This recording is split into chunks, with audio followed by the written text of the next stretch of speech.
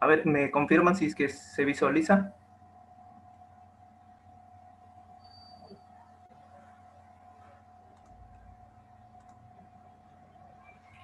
Sí, se ve, Dani, perfecto. Ya. Ya. Bien, buenas tardes con todos. Primero, agradecer a Dios por darnos esta oportunidad de poder compartir esta ponencia, esperando que todos se encuentren bien de salud por casa.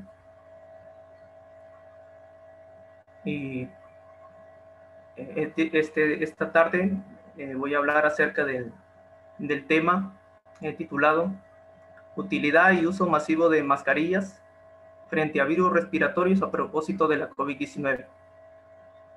Esta, esta investigación eh, es parte o se desprende del artículo de revisión que elaboramos junto con el licenciado Franklin Aguilar Gamboa y al cual posiblemente ya en esta edición de la revista Archivo Médico Camagüey, una revista cubana de medicina, eh, va a ser publicado en el próximo volumen. A manera de introducción, el SARS-CoV-2 o el síndrome agudo respiratorio, síndrome respiratorio agudo severo número 2, es el causante de una de las peores pandemias que ha habido en la humanidad, que es la COVID-19 o la enfermedad coronavirus 2019, la cual por su alto grado de infecciosidad, algunos autores consideran que una persona puede contagiar a 2 o 3, pero también se han visto algunos informes en los cuales se muestra que pueden ser inclusive hasta 6, 8, o sea, una persona contagiar hasta 6, 8 personas más, como se muestra, ¿no? Pero en hecho, la evidencia siempre va a estar avanzando conforme avanza también esta pandemia, que espero que ya llegue a su fin con, con la implementación y el desarrollo de las vacunas y los fármacos que se encuentran en fases experimentales y en fases clínicas. El hecho es que eh, ha causado estragos en diferentes aspectos de nuestra vida, ¿no? Aspectos nuestra salud, aspectos económicos, aspectos políticos, aspectos sociales. En esta gráfica, como pueden observar, se observa el avance de la pandemia. Es una gráfica es extraída desde los reportes de la Organización Mundial de la Salud, en el cual muestra el número de casos y el número de muertes por región, ¿no? Y la tendencia es clara en este aspecto, en el cual la región de las Américas y seguida de la región europea, pero más que todo ahora en este momento, abril, mayo, también la región asiática. Se vio en las noticias más o menos a mediado de, más o menos a mediado del mes pasado o ya un poco más, que del cual se veía que nos sorprendimos de Brasil, que tenía cerca de sus 25 de las 27 capitales que posee, ¿no?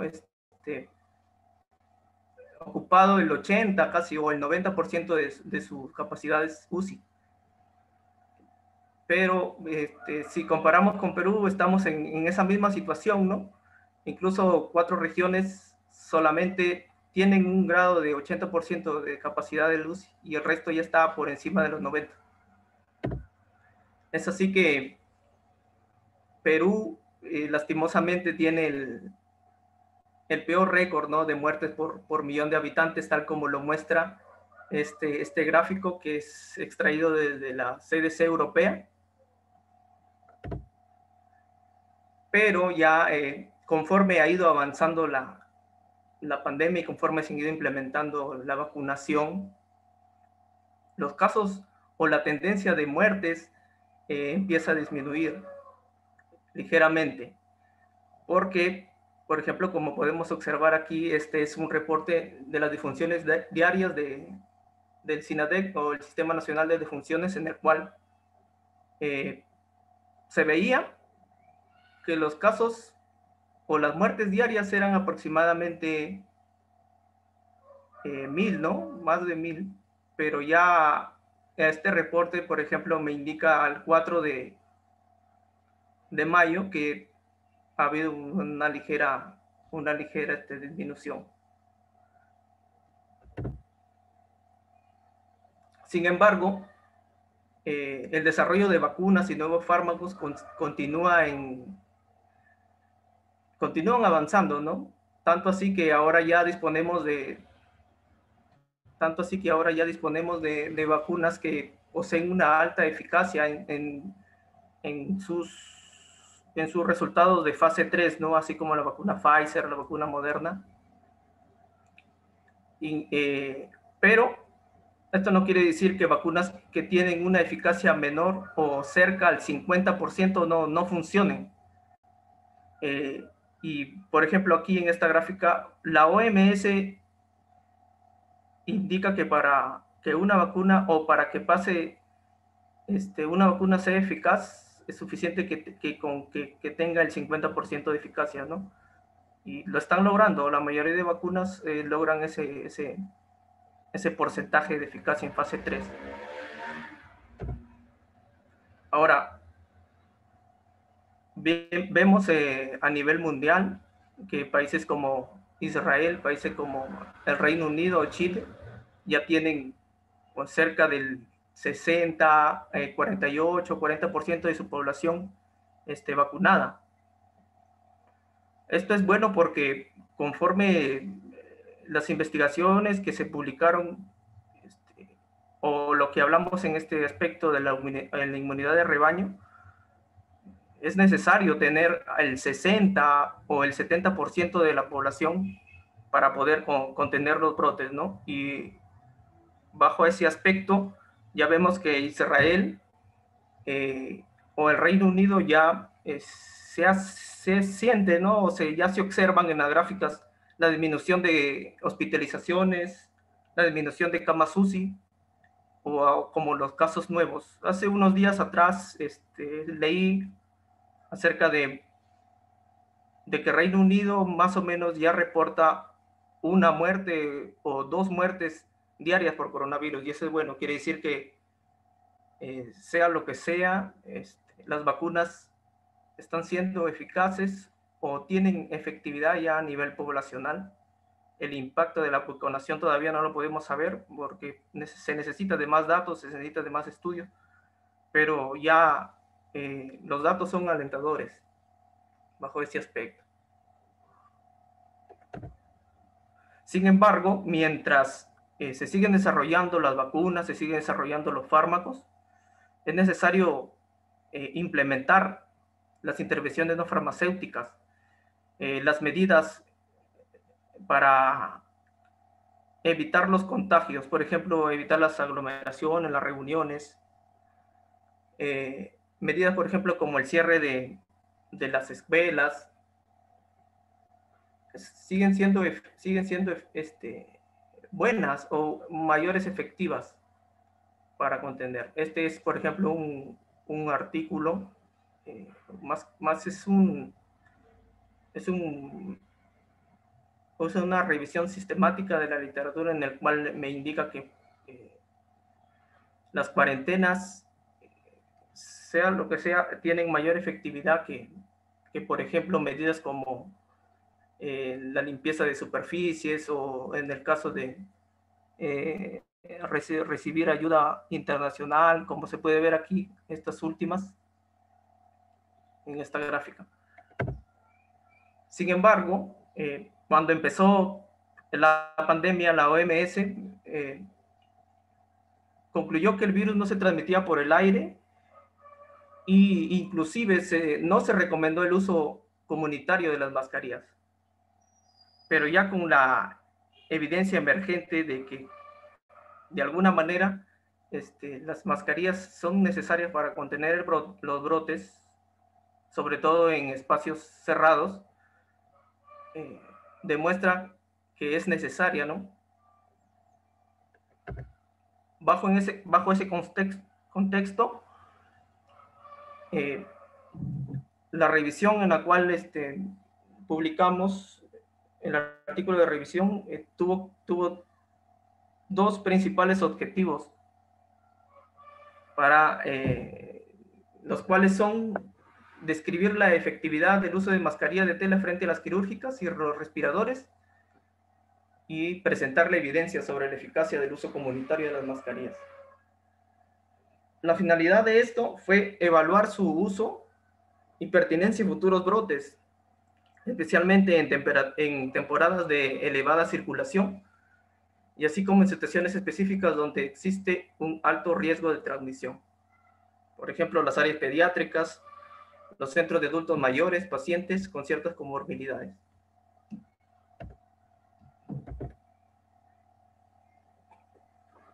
Para ello, nosotros hicimos una búsqueda de la literatura basándose en los principales objetivos, la efectividad de mascarillas y el uso comunitario en las bases de datos, en PubMed, en Cielo y en Lilacs, ¿no? Utilizamos un rango personalizado de tiempo, los últimos 5 años. Utilizamos términos controlados, los MESH o los DEX, así como también términos libres, ¿no? Enlazado a términos libres. Encontramos 1.788 artículos, pero también tomamos en cuenta los informes de la OMS y los informes de la CDC. Luego todos esos artículos, esos 1.000 y tantos artículos, fueron filtrados por el gestor de referencias Mendeley, y para la presente revisión simplemente utilizamos 52.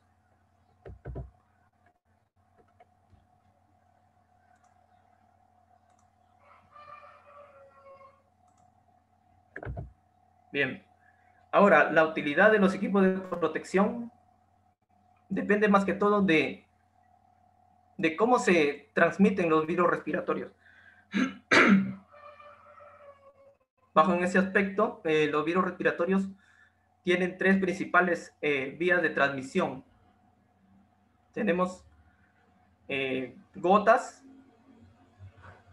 o el contacto directo, ¿no? Por gotas o por superficies, y el contacto indirecto por fomites. Pero también existe, o la OMS clasifica al contacto directo, el contacto por gotitas, también lo clasifica como contacto cercano,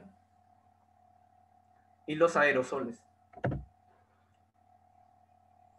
Si nos centramos o nos enfocamos en la COVID-19, en un principio se pensó que las superficies eran la forma más común, o no, era una forma de contagio de la COVID-19.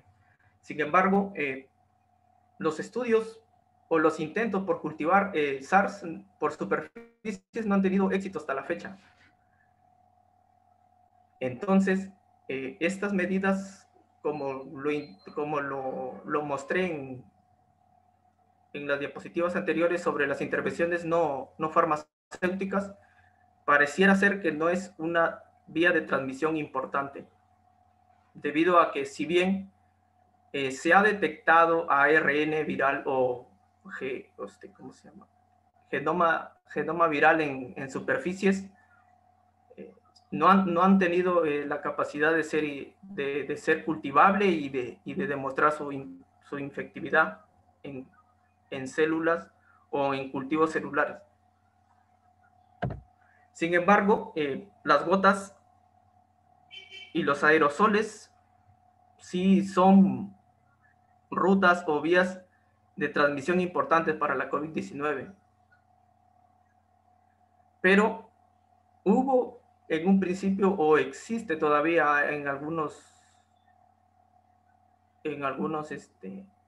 países en los cuales todavía no se adoptan estas medidas, confusión entre qué es una gotita y qué es un aerosol. Clásicamente, el umbral de 5 micrómetros diferenciaba las gotas grandes de las pequeñas. Sin embargo, el umbral de 100 micrómetros es la medida más aceptada para diferenciar qué es una gota y qué es un aerosol. De esta manera, entonces, se tiene que las gotas con los tamaños de 100 micrómetros caen al suelo en segundos, a una distancia de 2 metros. Y caen al suelo en segundos debido a que en ellos ocurre que la gravedad o por el peso que poseen en relación con el tamaño, la gravedad hace que caigan a esa distancia. Sin embargo, los aerosoles que son menores de 100 o son de tamaños más variados, permanecen suspendidos en el aire durante varios segundos e incluso horas, ¿no? Como lo vamos a ver más adelante. Entonces, ¿qué tamaño, bajo ese contexto, qué tamaños de partículas debemos de filtrar? El punto de corte, como hemos dicho, es 100 micrómetros para diferenciar una gota de un aerosol. Pero los aerosoles tienen diferentes tamaños, o las partículas respiratorias tienen, más que todo, el 90% se encuentran entre este rango, en 0,5 micrómetros a 10 micrómetros. Pero los más frecuentes se encuentran entre el 1 y 2 micras. Entonces, y algunos hay más pequeños, los aerosoles también contemplan el oxígeno, el dióxido de carbono. Entonces, lo que debemos que filtrar son aerosoles. En eso debe estar enfocado la elaboración o la efectividad de las mascarillas elaboradas para filtrar aerosoles. Y un aerosol es como un humo, ¿no? Que nosotros no lo podemos ver y se disemina a más de 2 metros, inclusive de distancias de 6 metros, 8 metros, pero ya depende del ambiente en el cual nos encontramos, ¿no? De esa manera, por ejemplo, la OMS, las medidas necesarias para evitar la transmisión, la OMS en un principio indicó que era necesario 1 metro, la distancia entre persona a persona. En cambio, los CDC de los Estados Unidos decían que es 2 metros. En teoría, como hemos visto en la imagen anterior, en teoría estas partículas precipitan a esta distancia. Sin embargo, existen otros factores ambientales como la humedad, la velocidad del viento, la temperatura que pueden influir, y el contagio. Entonces, si es que nos regimos en lo que dijo la OMS y lo que dijo la CDC, puede variar, ¿no? Porque puede existir, o ya se ha reportado que distancias mayores de 2 metros la gente aún se sigue contagiando, ¿no? En la práctica esto no se cumple debido a que es difícil que se mantenga este distanciamiento físico, el transporte, las aglomeraciones, la falta de ventilación, los lugares cerrados, hace que no se puede evitar la transmisión, ¿no? Entonces,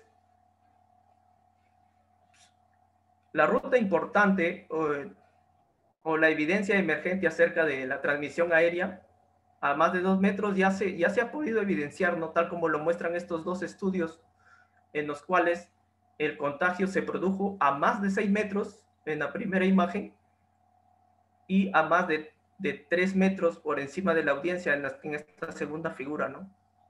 Y así, 15 días atrás o ya un mes atrás, la campaña por concientizar y considerar a la vía aérea o la transmisión aérea del SARS se fue presentando en diferentes revistas no reconocidas. Pero hay un estudio muy importante en el cual se sustentan las 10 razones científicas por las cuales se debe de considerar la transmisión aérea. Es así que este artículo que indicó las 10 razones científicas que respaldan la transmisión aérea se publicó en The Lancet, ¿no? Inclusive es el 8º artículo más leído de esta revista. En él se sustentan las 10 razones. Uno, porque los eventos o los eventos de superpropagación no pueden ser explicados por gotas o simplemente se explican por aerosoles. La transmisión a largo alcance entre personas de aviaciones adyacentes tampoco se puede explicar por contacto directo, no por gotas. Ahora, el tema de los asintomáticos y los presintomáticos, ellos no tosen ni estornudan, pero aún así liberan miles de partículas cuando hablan o exhalan. Inclusive se supone que en los porcentajes de los asintomáticos varían entre el 30 al 50% de los contagios, al 59% de los contagios. Los lugares cerrados, en lugares cerrados es más fácil contagiarse, ¿no? Inclusive son 20 veces más fácil contagiarse en interiores que en exteriores. Otra de las razones es que se han reportado infecciones de trabajadores de salud a pesar de que tenían, ¿no?, los equipos de protección personal, tenían mascarillas, tenían la indumentaria necesaria, pero aún así las infecciones nosocomiales se documentaron y eso también se explica por la transmisión por aerosoles. Experimentos han detectado SARS-CoV-2 en el aire más o menos con una efectividad de 3 horas y una seguridad de 1 hora. Demostrar que el SARS es viable en el aire y que tenga, inclusive después de 3 horas, pueda ser cultivable, no se ha demostrado en ningún otro virus respiratorio. La octava razón es que la transmisión también se ha podido demostrar en hurones y en hámsteres, ¿no? También se ha podido demostrar la transmisión aérea. Y como las 2 últimas razones científicas que respaldan esto, uno es que la evidencia es sólida y no existe hipótesis en las cuales refuten esta idea de que la COVID-19 se transmite por el aire, y tampoco no hay pruebas o hay pocas pruebas que apoyen el contagio por superficies o por gotas. Entonces, era claro que en un principio se tomó mayor importancia a las rutas o la transmisión por superficie. Esto no quiere decir que la superficie no sea una fuente de contagio, pues hay otros virus por los cuales se transmiten por fomites. Y entonces, en este aspecto, queda claro que el lavado de manos, inclusive el alcohol, pero más que todo el lavado de manos con agua y jabón es una de las medidas más efectivas para esta vía de transmisión. Pero la ruta aérea o la vía de transmisión aérea sí es la más importante, tanto así que ha pasado cerca ya de más de un año desde el 28 de marzo que la OMS no reconocía esta ruta, pero ya en el último reporte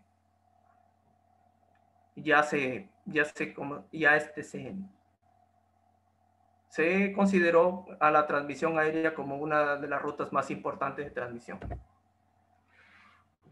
y mucho más ahora con la aparición de estas nuevas variantes, ¿no?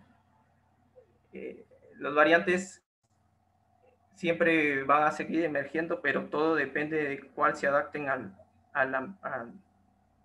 hospedador o qué tan, o cuál es la actitud frente a que poseen, ¿no? Algunos son más infecciosas, algunas tienen mayor, algunos evaden la respuesta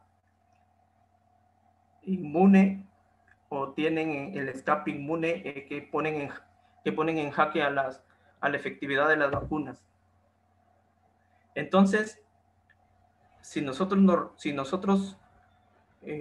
regimos bajo ese contexto, ya existen variantes de preocupación como las variantes, las mal llamadas variantes del Reino Unido, la sudafricana, la brasileña, ¿no? Inclusive ahorita la variante de la India son mal llamadas porque estigmatizan los países, ¿no? Pero si nosotros vemos, tienen letras y códigos, ¿no? De los cuales resulta para las personas que no están familiarizados con esta nomenclatura, les resulta un poco más confuso, ¿no?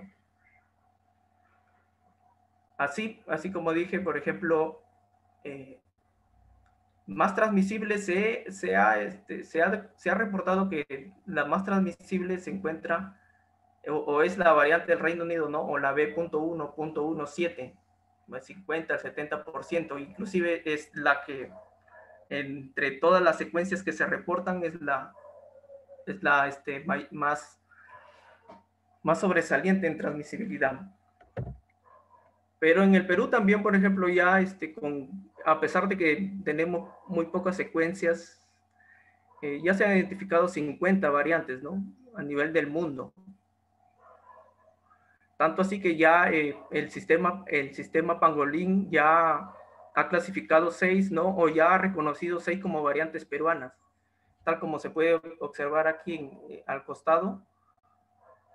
Pero la que ahorita está tomando mayor importancia es la C37. Sin embargo, se necesita de más estudios para probar si es que esta es la causante de la segunda ola o es más transmisible o tiene mayor poder de poder escapar a la respuesta inmune, ¿no? A las vacunas.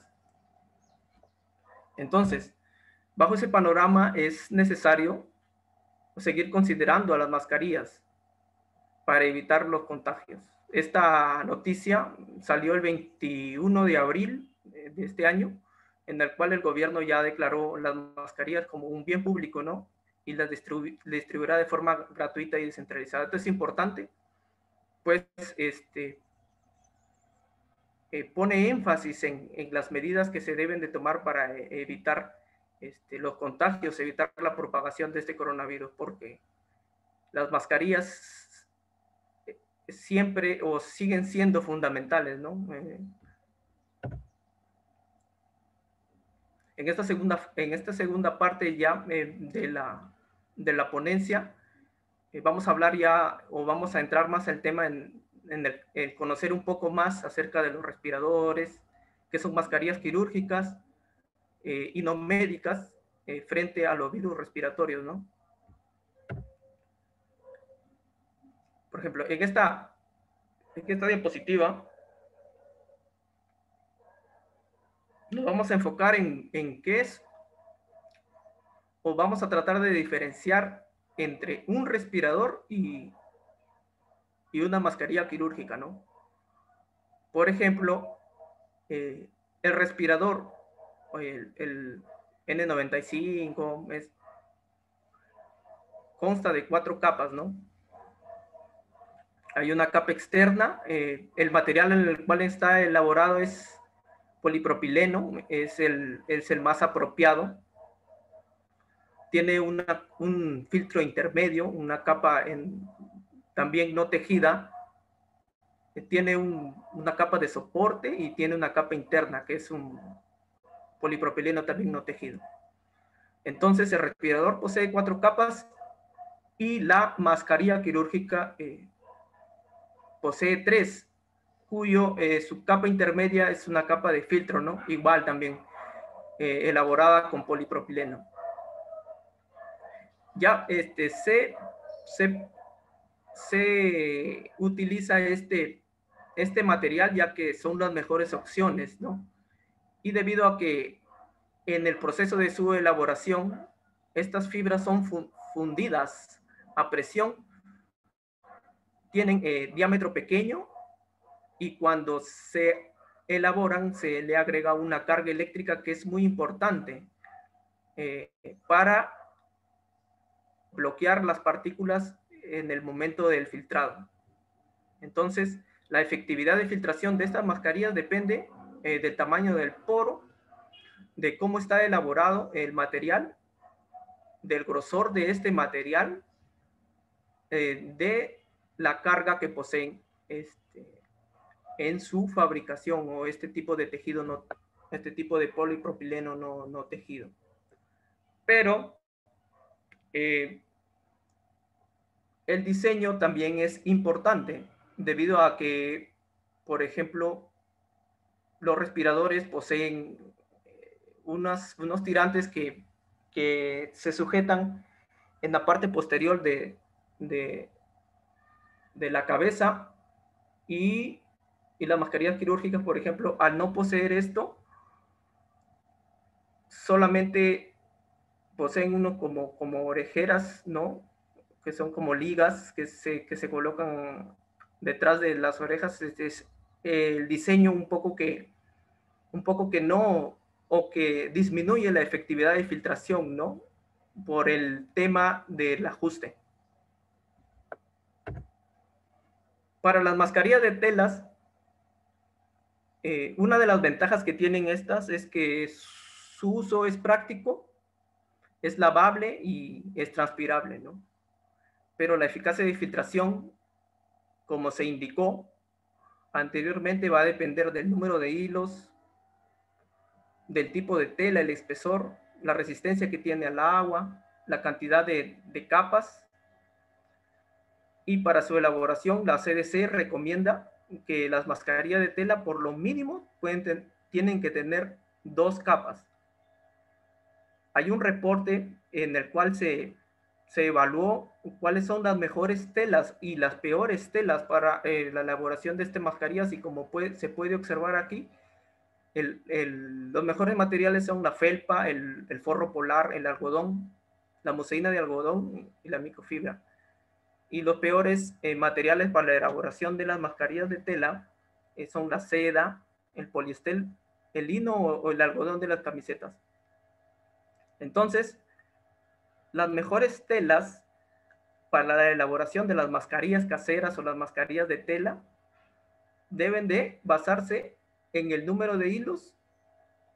Mientras más hilos tenga o más apretado, entonces quiere decir que va a ser o va a tener una mejor filtración. Pero sin embargo, no le podemos añadir más de 2 capas, porque ya una de las desventajas que tiene es que al tener los hilos muy apretados, porque esto es un tejido, es una fibra tejida, no como en las mascarillas o en los respiradores, en los cuales son tejidos o son capas no tejidas, evitan o nos hace más difícil respirar con ellas, ¿no? Si es que nosotros le agregamos más capas. Pero, sea lo que sea, todas las mascarillas nos protegen, pero en distinto grado. La eficacia de cualquier mascarilla va a depender de 3 factores importantes. Capacidad de filtración es uno de ellos, ajuste y respirabilidad. Si nos centramos en el primer factor, la capacidad de filtración, va a depender mucho del tamaño de las partículas en las cuales vamos a filtrar. Y como dijimos anteriormente, las partículas que vamos a filtrar son aerosoles. Y los aerosoles, como bien se indican aquí, más del 90% se encuentran entre el rango 0,5 a 10 micras. Y los más frecuentes son 1, 2. Entonces, el diseño de la mascarilla tiene que estar enfocado en la partícula que vamos a filtrar. Y como el SARS es un virus cuya ruta importante de transmisión son los aerosoles, entonces hay que enfocar el diseño de las mascarillas basándose en este rango de partículas. Porque si es que el SARS solo se transmitiera a partir de gotas, el contacto cercano de 1 a 2 metros, entonces cualquier mascarilla es efectiva para evitar los contagios, pero en la práctica esto no es así. Como ya lo indicamos, diferentes factores, ¿no? La distancia, la humedad, la corriente de aire. Y en esta imagen, por ejemplo, se muestra que las partículas que emitimos tienen diferentes tamaños, pero los máximos se encuentran, como les dije, entre las 2 micras, se encuentran el 99% cuando hablamos, y cuando tosemos también se encuentran entre ese rango de 0.1 hasta las 10 micras. Entonces, la eficacia o los contagios, por ejemplo, aumentan debido a que no nos estamos enfocando en ver que los asintomáticos o los presintomáticos liberan partículas infecciosas, inclusive hablando o inclusive tosiendo. Pero para mejorar la eficacia de filtración, lo importante que se debe tener es agregarle a una mascarilla de tela un filtro intermedio y entonces conseguir eficacia de filtraciones mayores al 50% como se observa en esta imagen para partículas menores de 2 micrómetros. La línea rosada o la curva rosada es una mascarilla sin filtro, pero cuando se le añade un filtro entonces se mejora mucho más la eficacia de filtración, ¿no? Y inclusive llega a tener una eficacia de filtración de un 90%. Lo malo es que estos filtros son difíciles de conseguir y eso obstaculiza un poco la efectividad o la eficacia de las mascarillas de tela. El otro factor importante que debemos tener para la elaboración de las mascarillas es el ajuste, ya que si es que nosotros basamos nuestra compra simplemente por lo que dice el fabricante, evaluando la eficacia de filtración, que para los respiradores es cerca del 95-99% de filtración. Si es que esta mascarilla o este respirador no tiene un buen ajuste, la eficacia de filtración que te ponen en las etiquetas no va a ser la real, ¿no? Porque por el tema del ajuste. Entonces, si es que una mascarilla no tiene un buen ajuste, y esto ocurre en las mascarillas quirúrgicas, el 80% del aire se fuga por los bordes y solo el 20% se filtra por la parte frontal. Además, la inspiración, el sellado ineficaz, los movimientos de la mandíbula al tragar o las muecas al hablar, estas variantes tienen efecto, ¿no? Y tiran hacia abajo la mascarilla, lo cual hace que aumente la fuga. En la imagen, como se puede ver, si es que el diseño holgado de este tipo de mascarillas hace que la eficacia de filtración de los aerosoles, más que todo, salga por los extremos, ¿no? O inclusive por el frente de la nariz. Ahora, el ajuste es muy importante, tal como lo muestra este estudio, ¿no? Los respiradores y las mascarillas quirúrgicas que poseen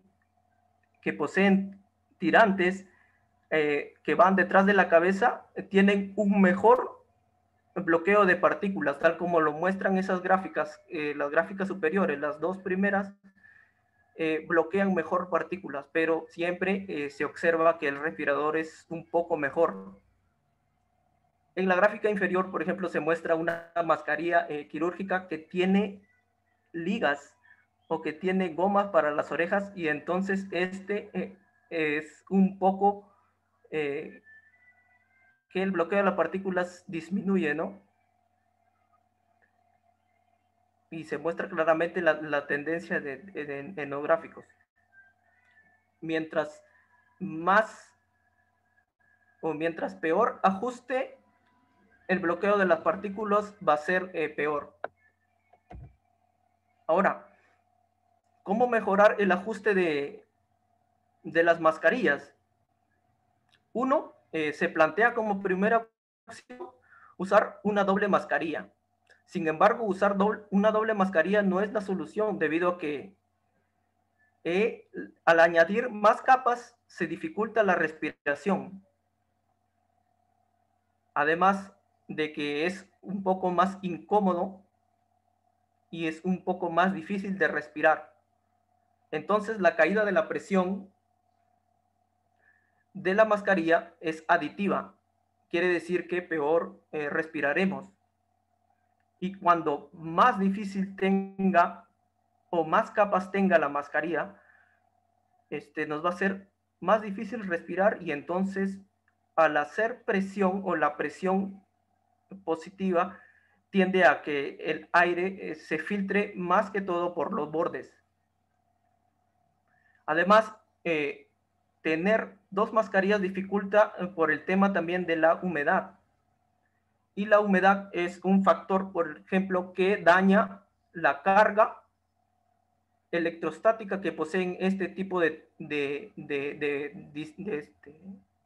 diseño o de filtros, como el polipropileno, ¿no? Cuando hay humedad, entonces esto daña daña la mascarilla y pierde su capacidad de filtración. Por ello, no es recomendable lavar las mascarillas quirúrgicas o los respiradores, ya que pierden la carga electrostática. Y al perder la carga electrostática, entonces la eficacia de filtración va a disminuir hasta por 4 veces, ¿no? De lo que fue en un principio, ¿no? Y además de que añadir más capas dificulta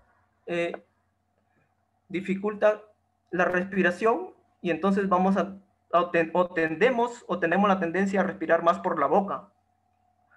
Y de esa manera también podemos aumentar la tendencia a que ocurran otras infecciones por patógenos respiratorios.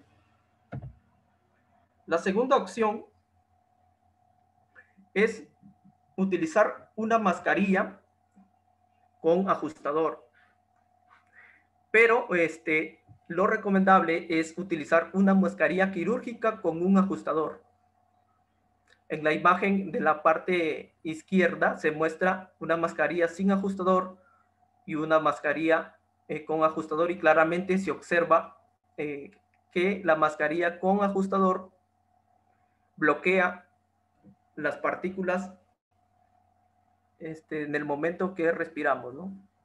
Y en el gráfico derecho se muestra la eficacia de filtración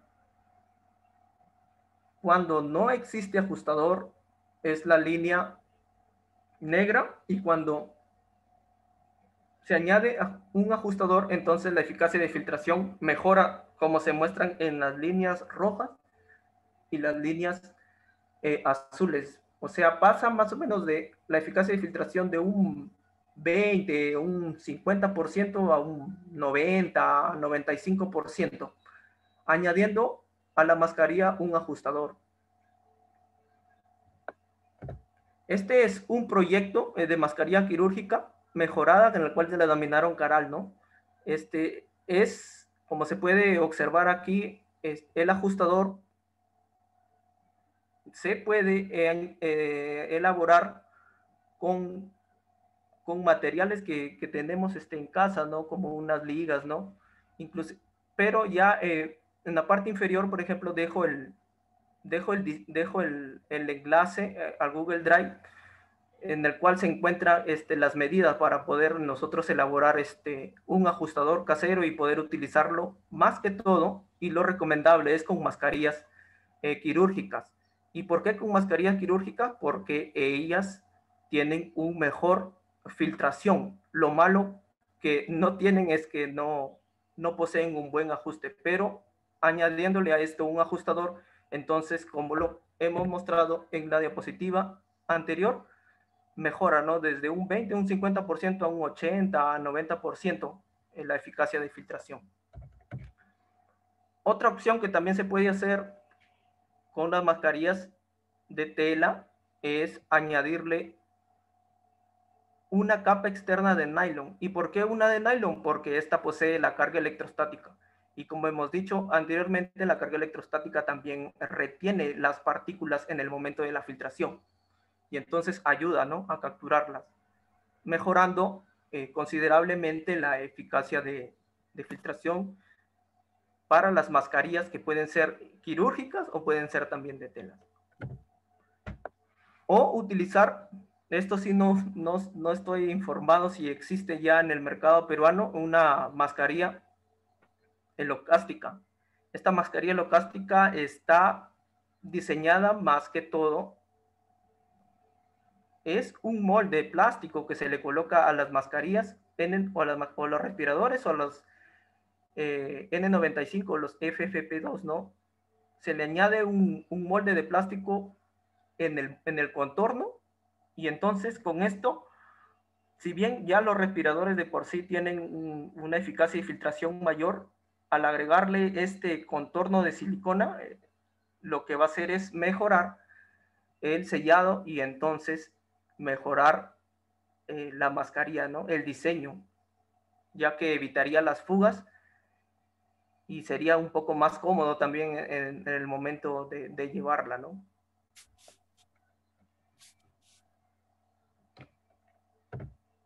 Ahora, el otro factor importante que se debe tomar en cuenta para la elaboración de las mascarillas es el tema de la respirabilidad. Pero el tema de respirabilidad más que todo se debe a la adición de capas, ¿no?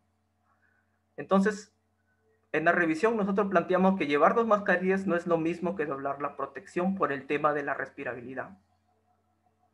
Esto ya se ha observado en las noticias, ¿no? Ya ha tenido mayor eco con esto de las elecciones, ¿no?, que llevar 2 mascarillas, pero tenemos que tener en cuenta la manera o el uso correcto de cómo llevarlas. Como se puede apreciar en la imagen superior, la mascarilla tiene una mascarilla de tela debajo de una K95, ¿no?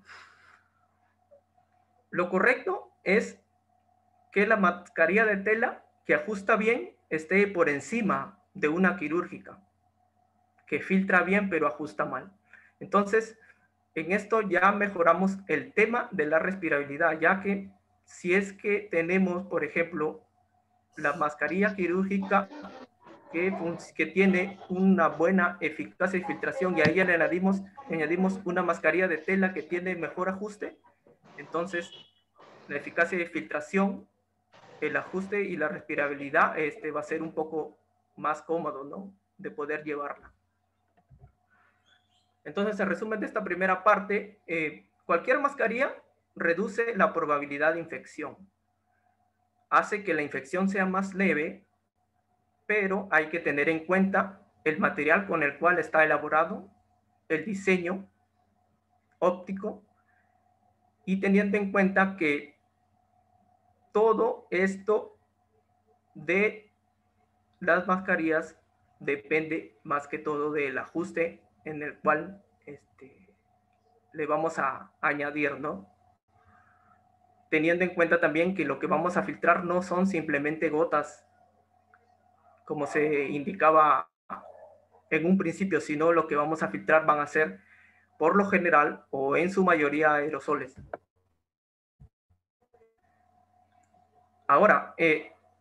Ya conforme nosotros fuimos avanzando en la revisión, encontramos evidencia, ¿no?, que sustenta la eficacia del uso de mascarillas.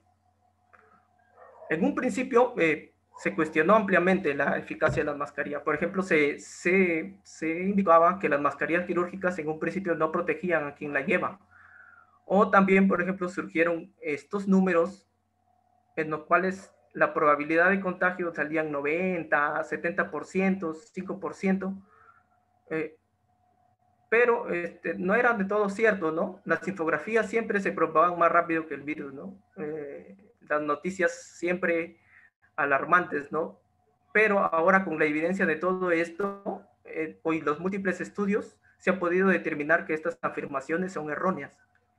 Entonces, para evaluar la eficacia de filtración, por ejemplo, la mayoría de datos de esto no son obtenidos del nuevo coronavirus, ¿no? Sino que la evidencia o los antecedentes surgen de virus como el de la influenza y más que todo también de experimentos realizados in vitro, tal como lo vamos a ver más adelante con las tablas que hemos reunido de los estudios que hablan acerca de la eficacia y la efectividad de las mascarillas. Entonces, como decimos, la eficacia de las mascarillas en la práctica se ha visto en estudios basados en infecciones por el virus de la influenza. Hay que estas dos imágenes son dos ensayos controlados, aleatorizados, en el cual se evaluó la eficacia de las mascarillas quirúrgicas y de los respiradores. Y lo que se trató de explicar fue cuáles de las dos son mejores, los respiradores o las mascarillas quirúrgicas.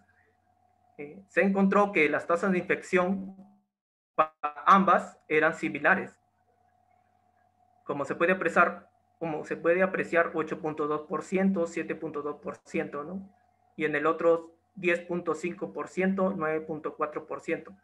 Esto, a la vista de la estadística, tiene un p-valor mayor de 0.05, entonces quiere decir que no existe diferencia significativa entre las tasas de infección, por lo cual se concluye que brindan una protección similar, ¿no? Ambas, tanto el respirador como las mascarillas quirúrgicas.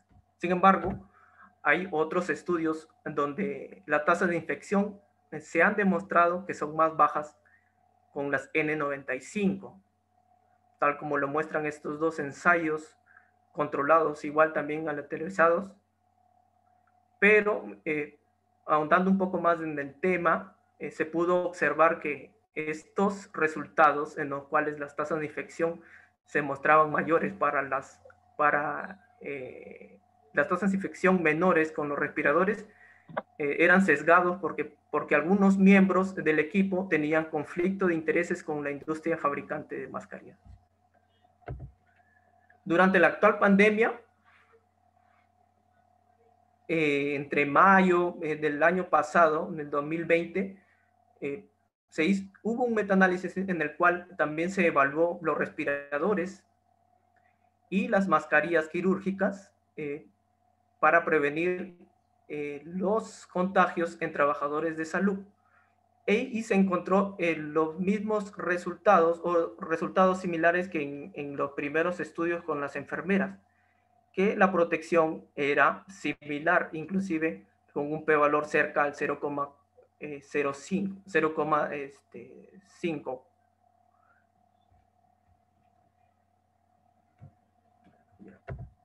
Entonces,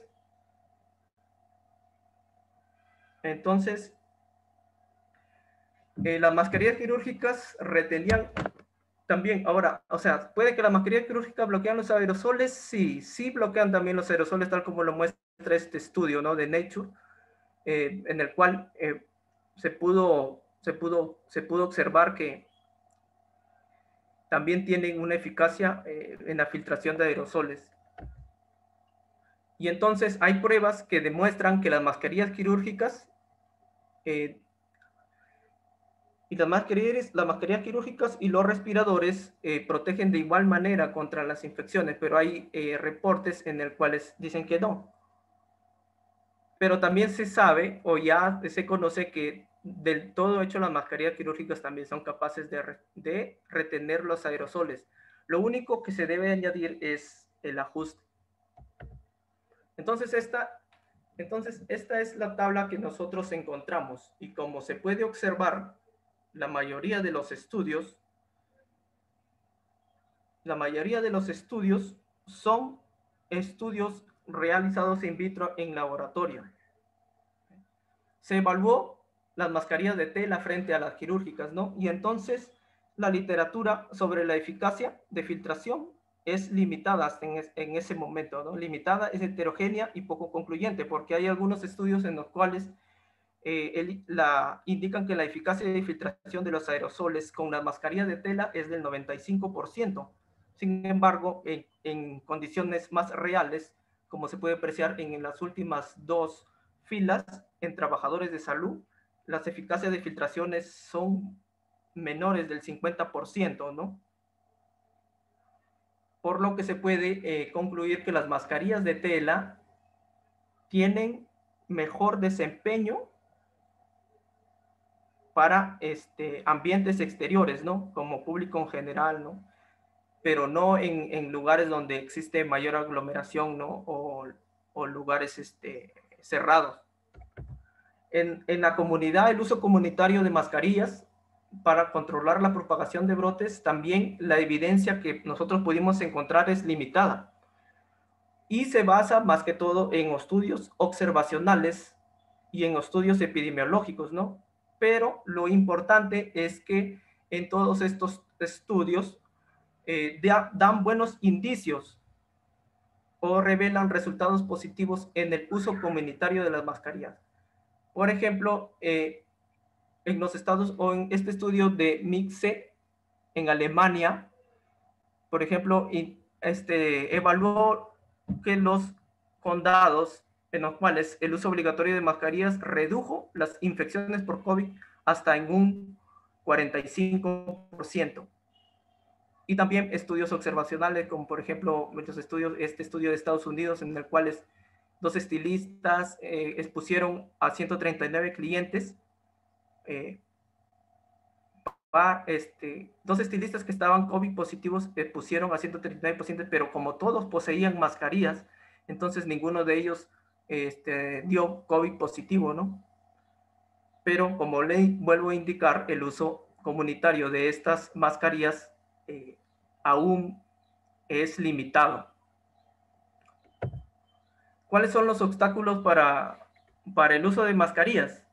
Los obstáculos que se presentan es en la población de Oriente, los países asiáticos, por ejemplo, ellos ya están acostumbrados, ¿no? a utilizar mascarillas debido a que se encuentran o han tenido experiencias previas con enfermedades infecciosas como el SARS o influencia aviar, influencia, ¿no? Inclusive episodios de contaminación.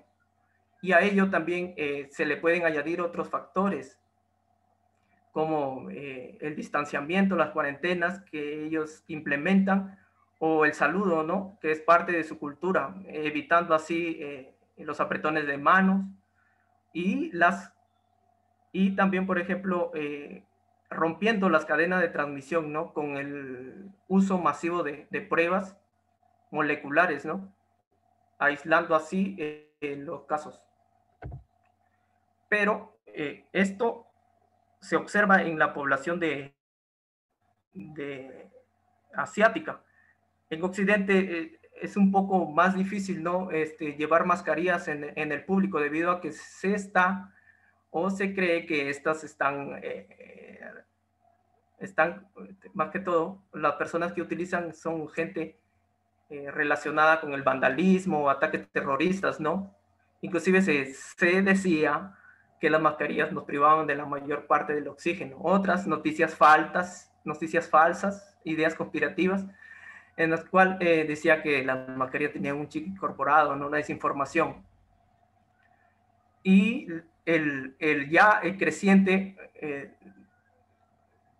el movimiento antivacunas, ¿no? Estos hacen que las cadenas de transmisión no se corten y por lo tanto los casos son más evidentes, ¿no? Y las tasas de contagio son mayores en este continente, tal como se lo mostré en el primer informe de la OMS.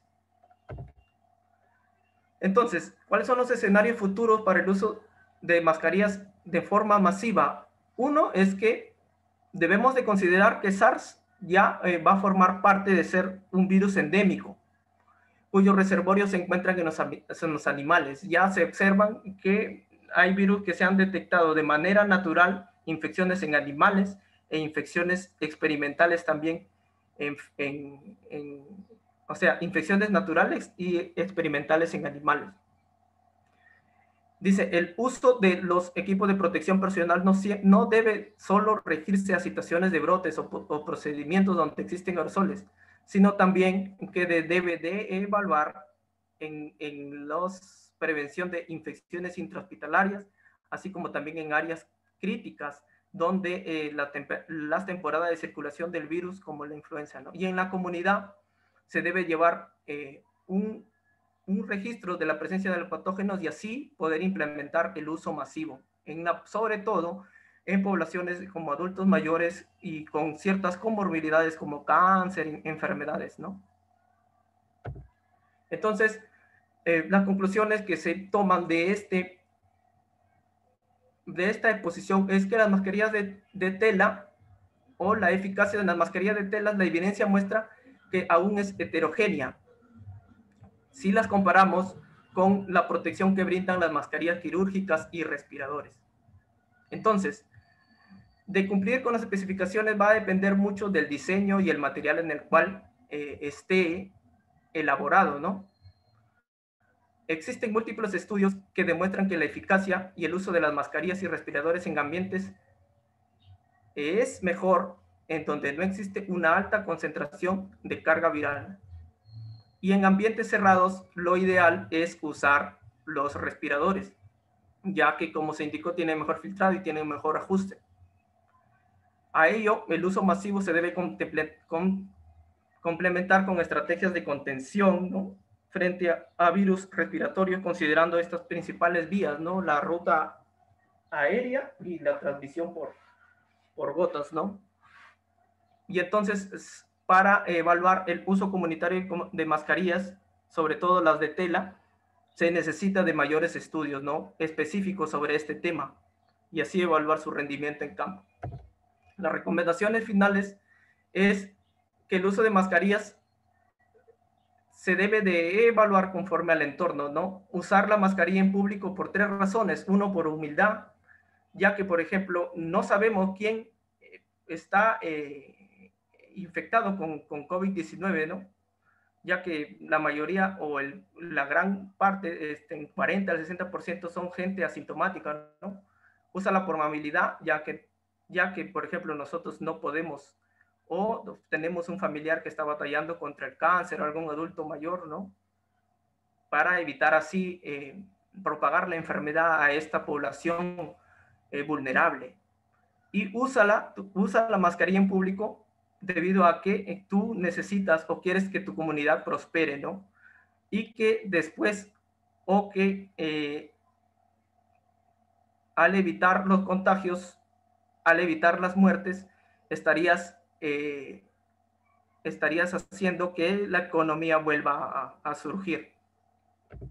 Entonces, evitamos los lugares cerrados, evitamos incluso estar en silencio en los lugares cerrados, evitar hablar, ya que, como lo dice esta infografía, al hablar nosotros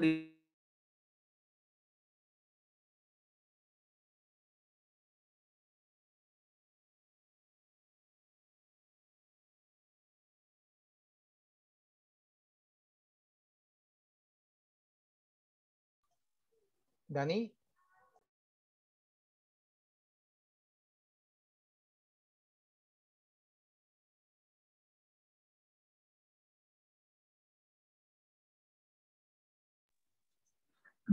Dani, Revisa tu audio, por favor.